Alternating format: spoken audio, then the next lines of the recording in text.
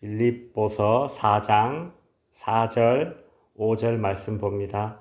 주 안에서 항상 기뻐하라. 내가 다시 말하노니 기뻐하라. 너희 관용을 모든 사람에게 알게 하라. 주께서 가까우시니라. 아멘. 바울은 빌립보서의 결론을 짓는 이 빌립보서 4장에서 빌립보 교회 교인들에게 권면의 설교를 하고 있습니다. 첫 번째 권면은 4장 2절에 나왔었습니다. 주 안에서 같은 마음을 품으라는 것이었죠. 특별히 빌립보 교회 안에 있는 두 여성 지도자 유오디아와 순두계를 향해서 권면의 말씀을 했었습니다. 그리고 오늘 4절에서는 두 번째 권면이 나오고 5절에서는 세 번째 권면이 나옵니다.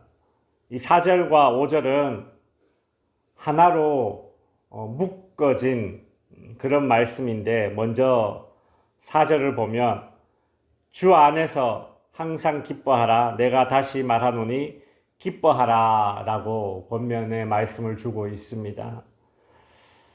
빌립보서가 바울이 감옥에서 쓴 성경 아닙니까?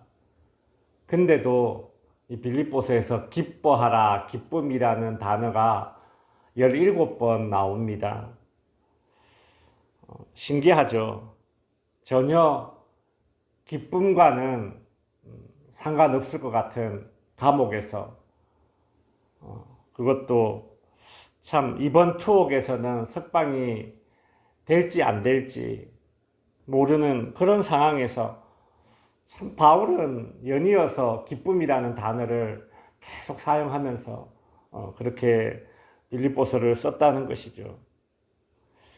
사실 저는 이제 오늘 본문을 보면서 옛날부터 항상 이런 의문이 있었습니다. 뭐냐면 성경에 보면 이렇게 해라 저렇게 해라 라는 그런 권면의 말씀이 참 많이 나오지 않습니까? 예를 들어 십계명만 봐도 그래요. 안식일을 지켜라, 도둑질하지 말라,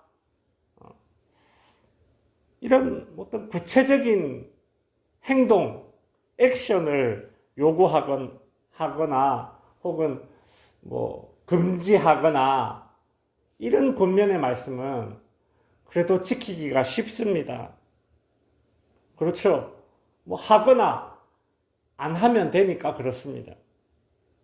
근데 오늘 우리가 보는 이 권면의 말씀, 사실 아주 유명한 말씀 아닙니까? 항상 기뻐하라. 이 권면의 말씀은 사실 참 어렵습니다.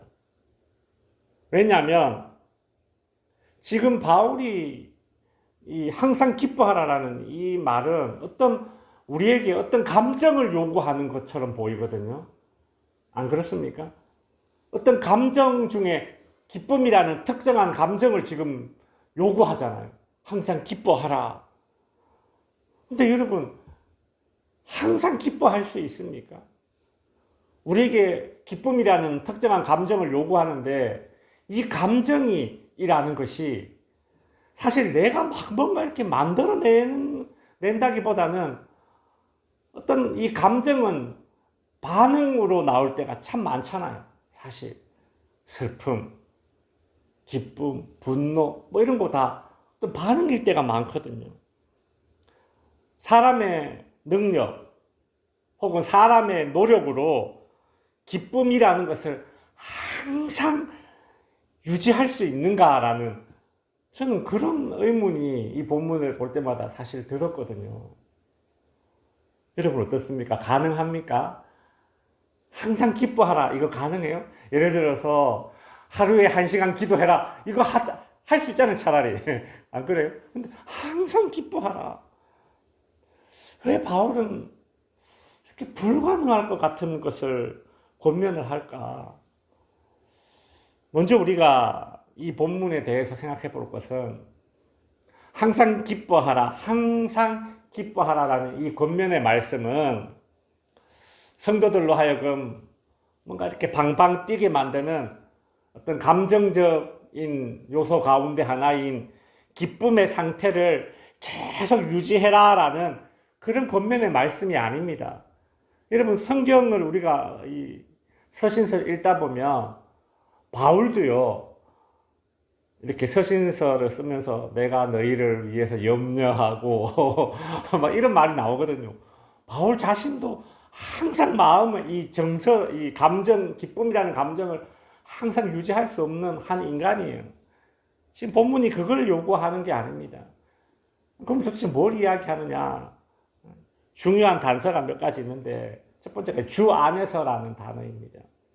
주 안에서 항상 기뻐하라라는 이 말은 무슨 뜻이냐 하면, 내 기쁨의 원천을 주님 안에서 찾으라는 겁니다. 내 기쁨의 원천을 주님 안에서 찾으라는 거예요. 이렇게 이 본문을 해석하고 적용하면 이것은 감정의 문제가 아니라 이 포인트가 약간 어디로 옮겨집니까? 의지의 문제로 옮겨집니다. 이해가 되시죠? 내 기쁨의 원천을 어디에서 찾으라? 주님 안에서 찾으라는 것입니다. 원천을 찾아야지만 항상이라는 그 상태가 유지가 될 수 있는 거예요. 그런데 원천을 다른 곳에서 찾으면 안 됩니다. 예를 들어 이 땅에서 살아가면서 우리가 잠깐 얻을 수 있는 기쁨의 어떤 원천이 있어요. 잠깐 얻을 수 있는 기쁨의 원천. 그것이 세상의 것들입니다. 잠깐 얻을 수 있는 기쁨의 어떤 근원지가 아니라 금방 말라붙는 그런 기쁨의 원천이 아니라 항상 기뻐할 수 있는 그 원천을 항상 주님 안에서 찾으라는 것이죠. 기쁨의 원천을 주 안에서 찾지 않고 세상에서 찾으려 하면 어떻게 되겠습니까? 반드시 실망합니다. 반드시 탐욕에 빠지게 될 겁니다. 세상의 기쁨을 주님 안에서 찾지 않고 세상에서 찾으면, 나의 기쁨의 원천을 세상에서 찾으려 들면 반드시 실망하고 반드시 탐욕을 갖게 되고 반드시 중독에 빠지게 됩니다. 그러니 우리는 기쁨의 원천을 주님 안에서 찾아야 됩니다. 바울은 5절 후반부에서 주께서 가까우니라 그런 말씀을 해요. 그러니까 4절 이렇게 해라, 그 이유가 주께서 가까우니라. 5절에서 이렇게 해라, 세 번째 권면 나오죠. 그 이유가 주께서 가까우니라. 그렇게 되는 거예요. 4절과 5절이 하나로 묶여있다 그랬죠, 제가. 5절 후반부에서 주께서 가까우니라 라는 말을 합니다.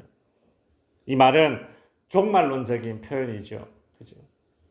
어떤 신학자는 다르게 해석하고 있지만 바울이 주께서 가깝다 이런 말은 사실 대체적으로 종말론적인 표현으로 하는 겁니다. 주께서 가깝다. 즉 주님의 날이 가깝기 때문에 주 안에서 항상 기뻐해라. 주님의 날이 가깝기 때문에 너는 기쁨의 원천을 세상에서 찾지 말고 주님 안에서 찾아야 된다라는 것입니다. 하나님 안에서 기쁨의 원천을 찾지 않고 세상에서 기쁨의 원천을 찾다가 주님의 날에, 즉 하나님의 날에, 즉 심판의 날에 곤란을 겪거나 망한 사람들의 사례가 성경에 얼마나 많습니까? 여러분, 노아 홍수 때를 보십시오. 소돔과 고모라 때를 한번 생각해 보십시오. 기쁨의 원천을 세상에서 찾다가 주께서 가까우니라, 즉 심판의 날에 그들은 다 영영 기쁨을 잊어버리는 그런 심판을 받게 되었지 않습니까? 나의 기쁨을 세상에서 찾게 되면 주님의 날에, 즉 종말의 날에 반드시 기쁨을 잃어버리게 될 것입니다. 견디지 못할 것입니다. 즉 우리는 기쁨의 원천을 주님 안에서 찾아야 주님의 재림의 날에 더 기쁜, 영원한 기쁨의 자리에 우리가 들어갈 수 있겠죠. 바울은 주님이 가까워지기 때문에 성도들이 해야 될 권면을 5절에서 이렇게 이야기하고 있습니다. 5절에 보시면 너희 관용을 모든 사람에게 알게 하라. 주께서 가까우시니라. 여기서 관용이란 너그러운 마음입니다. 너그러운 마음. 바울은 빌립보 교회 성도들로 하여금 너그러운 마음을, 너희의 그 너그러운 마음을 세상 사람들이 알 수 있도록 그렇게 보여주라고 권면을 하고 있습니다. 비록 세상은 교회를 핍박하고 박해하지만 교회는 그들을 용서하고 너그럽게 대하라. 그리 권면하는 것이죠. 왜요? 누가 그렇게 사셨습니까? 주께서 가까우니라. 우리 주님이 이 땅에서 그렇게 사셨지 않습니까? 주님이 십자가에서 하셨듯이 하라는 거예요. 빌립보 교회를 포함한 대다수의 초대교회가 유대인들로부터 핍박을 받고 로마 제국으로부터 박해를 받고 있는 그런 상황에서 주님이 하셨듯이 너그러운 마음으로 너희의 너그러움을 그들에게 보여주어라. 여러분, 교회는 왜 핍박하고 박해하는 그 세상을 너그럽게 그렇게 대해야 합니까? 그 이유는 그래야지만 주님의 날에 있을 심판이 정당해지기 때문입니다. 정당성을 증명하는 거예요. 여러분, 예수님께서 십자가에서 자신에게 침뱉고 모욕하고 저주하고 채찍질하고 그리고 못 박고 창으로 찌르는 그 사람들을 향해서 저들의 죄를 용서해 달라고 그렇게 말씀하셨죠. 너그럽게 대하신 것입니다. 우리 주님이 십자가에서 죽으면서까지 그들의 죄를 용서해 달라고 용서했기 때문에, 너그럽게 대했기 때문에 훗날 주님의 재림의 날에 있을 그 심판이 정당성이 있는 겁니다. 우리가 자녀를 훈계할 때에 사사건건 막 북한 공산당처럼 말이죠. 막 징계하고 채찍질하고 회초리 들고 하면 그러면 나의 훈계가 정당성을 잃어버리는 거예요. 어떤 훈계가 정당성이 있습니까? 말로 하고 넘어가는 거예요. 안 그래? 야, 너 이래 하면 안 돼. 한 번 참고, 두 번 참고, 세 번 참고. 말로 해도 안 되네. 그래서 회초리 한 번 들어요. 내가 지난번에 3번이나 이야기했지. 근데 왜 말을 안 들어? 그때 해철이 한 번 들면 자기들도 알아요. 수긍해요. 안 그렇습니까? 주님의 심판의 정당성을 증명해 주는 것이 무엇인가 하면 이 땅의 성도들이 세상을 너그럽게 대하는 겁니다. 이제 말씀을 정리하겠습니다. 바울은 주 안에서 항상 기뻐하라고 권면했습니다. 성도는 기쁨의 원천을 주 안에서 찾아야 된다라는 그런 뜻이었습니다. 주님의 날이 가깝기 때문에 성도는 기쁨의 원천을 세상에서 찾지 않고 주님 안에서 찾아야 합니다. 바울은 교회를 향하여 너희의 관용을 세상에 보여주어라 권면했습니다. 핍박하고 박해하는 세상을 향해 우리를 참 힘들게 하는 그들을 향해서도 성도가 너그럽게 대하는 것은 주님의 날에 있을 그 심판의 정당성을 증명하는 것이죠. 오늘 우리가 이 땅을 살아갈 때에 그 사명을 부여지고 살아가는 것입니다. 주님의 재림을 생각하며 기쁨의 원천을 주님 안에서 찾고 주님의 재림을 생각하며 내가 이 땅에서 주님이 보여주신 그 관용을 이어서 보여줄 수 있는 그런 삶을 살 수 있는 저와 여러분이 될 수 있기를 바랍니다. 기도하겠습니다.